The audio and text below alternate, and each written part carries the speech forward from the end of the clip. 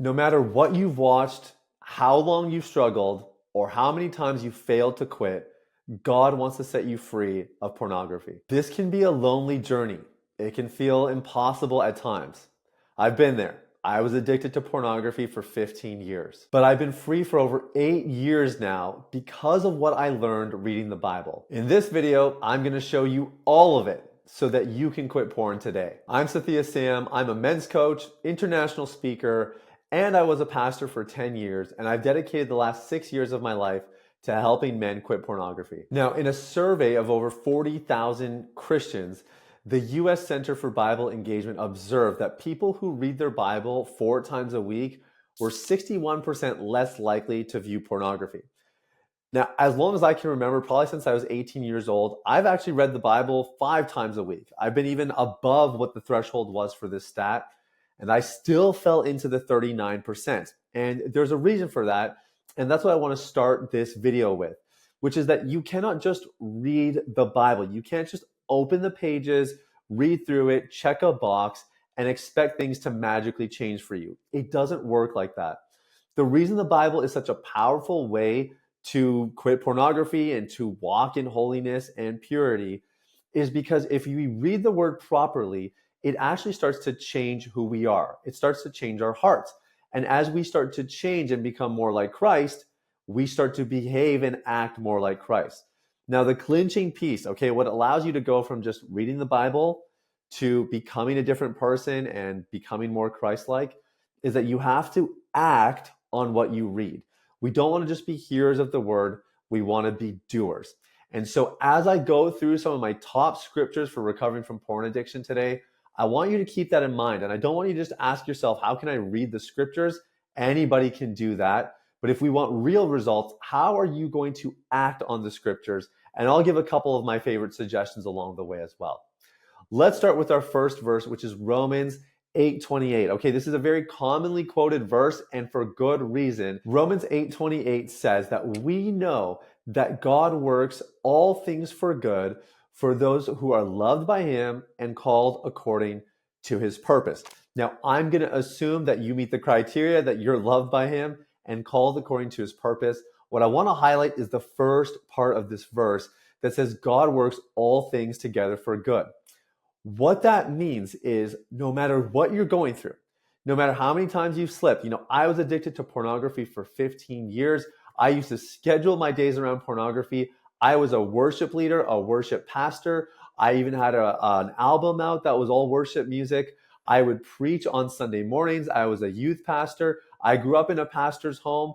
I mean, everything about my life was a hypocritical, two-sided experience that I didn't know how to break out of. I did all the things that I knew I wasn't supposed to do. And God he still worked it together for good. It doesn't matter how far you've fallen. You could have had all the affairs in the world. You could have been watching some of the most intense and extreme pornography content. Or maybe it's all just been, kind of even keel. It's just been there for a really long time and you need to quit. God is working this situation for good. And I'll give you a really quick example. When I was struggling, I prayed, God, if you set me free, I will do everything in my power to set other men free as well. And I had my last relapse in February 2016. 2.5 years later, I launched Deep Clean, and I've helped thousands of men quit pornography as a result. I prayed a bold prayer. I gave God the benefit of the doubt that a scripture like this was true. And it took a little bit of time, but years later, I can look back and say, my 15-year porn addiction was actually worked for good, and it continues to do so today, even as I create content like this and get a chance to talk to people like you. Okay, my second favorite verse, and this is actually very practical if you're struggling with a pornography addiction, is 1 Corinthians 10, verse 13b. And it says that God will not let you be tempted beyond what you can bear. When you are tempted, he will provide a way out so that you can endure it. In the heat of the moment, there's going to be times where you feel overwhelmed. You feel like, I just can't resist. I have to give in. Doesn't matter what I do, this thing's not going to go away. Every single time you're tempted, I'm talking every single time, there is a way out. God has provided a way out so that you can endure it. Okay. Now, this is the catch, okay? Because you're going to hear this and you're going to misunderstand it. So listen carefully. Listen carefully to what this says. God will provide a way out. So you're going to hear that and you're going to say, oh, that's awesome. When I'm tempted, God will provide a way out and the temptation is going to go away just like that. No, that's not what the scripture says. Let's go through it again. God will provide a way out so that you can endure it. Not so that you can get out right away, so that you can endure it. In other words, part of God's design for us to overcome pornography addiction is that we have to learn to build the strength and the character and the self-control that is necessary to endure temptations. It's not just about getting a quick way out because it's so overwhelming. That actually makes you really weak. If every time things are difficult, you just fold and flop, or you need a quick way out, there's no strength development in that. God wants your character to grow because he knows that if your character grows, you'll make better decisions. And temptations are the way that we get to do that. So the next time you're tempted, I want you to remember this. Number one, God has provided a way out. And number two, that way out involves endurance. It involves you enduring it. And in the process of enduring it, you're going to become stronger. Think of Romans 5 verse 3 that says, trials produce perseverance, perseverance produces character, and character produces hope. Every time that you're tempted, if you're willing to endure it, that creates perseverance. And if you do it well enough and consistently enough, it's going to build character. And if you build enough character, you're going to be hopeful about your situation again. You know, sometimes the reason that we feel hopeless about our recovery journey is because we're not enduring the temptations and the trials that are before us, so we don't have the character to give us that hope in the first place. I'm telling you, this is easy to gloss over. This is very, very important. Pay attention the next time that you're tempted. Look for the way out, endure it, and you will outgrow this addiction. Okay, my third favorite scripture is Proverbs 16, verse 3. Commit your ways to the Lord and your thoughts will be established.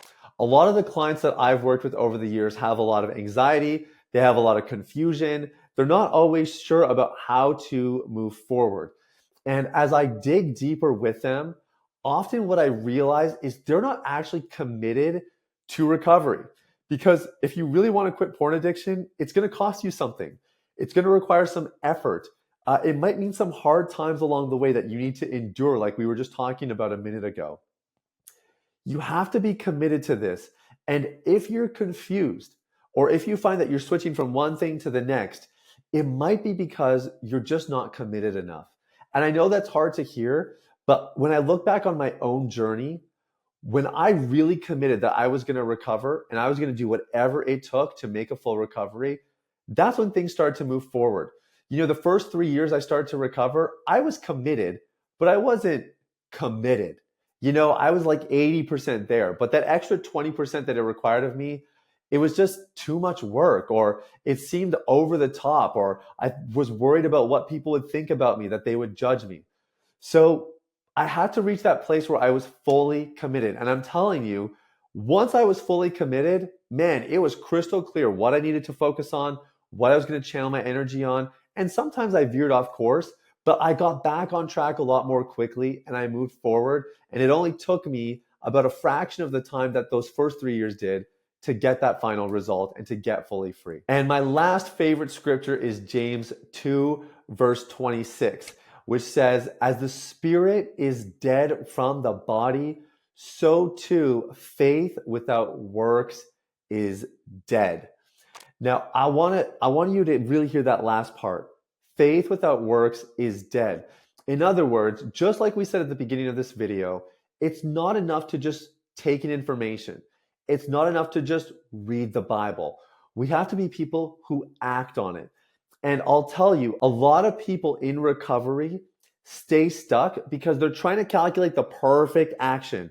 They want the perfect plan. And really what they're saying is, I'm afraid of failure. So if that's you, if you've been trying to perfectly line things up and you haven't been taking action, stop it. Start taking action. I would rather have somebody take imperfect action and move forward than stay stuck because they're waiting to take the absolutely perfect step. Because here's the reality: there is no perfect step, there's no such thing. And you might have some failures along the way, but you're going to learn a lot more quickly as long as you are willing to take action. I still have friends who are telling me about the thing that they're going to do one day to quit pornography. And guess what? They still haven't done it. And 5 years later, they're more addicted, their marriages are struggling more, and they're more disconnected from God than they've ever been in their entire life. If you really want to take this seriously, you cannot just be a hearer of the word, you have to be a doer. Faith without works is dead. Faith with works is deadly. And that's what I want for you. Take some imperfect action. And I bet you even right now, you know a couple things that you should have been doing, that you've been telling yourself you're going to do, things that you know you need to be doing to move forward. Stop waiting. It doesn't have to be perfect. Take some action on it today and watch. Your life will begin to change very rapidly. So look, there's a lot of recovery resources out there. In my opinion, you're never going to find a better one than the Bible. These are some of my favorite scriptures. I'd actually love to hear in the comments below, what are some of your favorite scriptures, or what about this video did you find helpful? Please let me know. I read every single one of them. In the meantime, thanks for watching. Make sure that you like and subscribe, and I'll see you in the next video.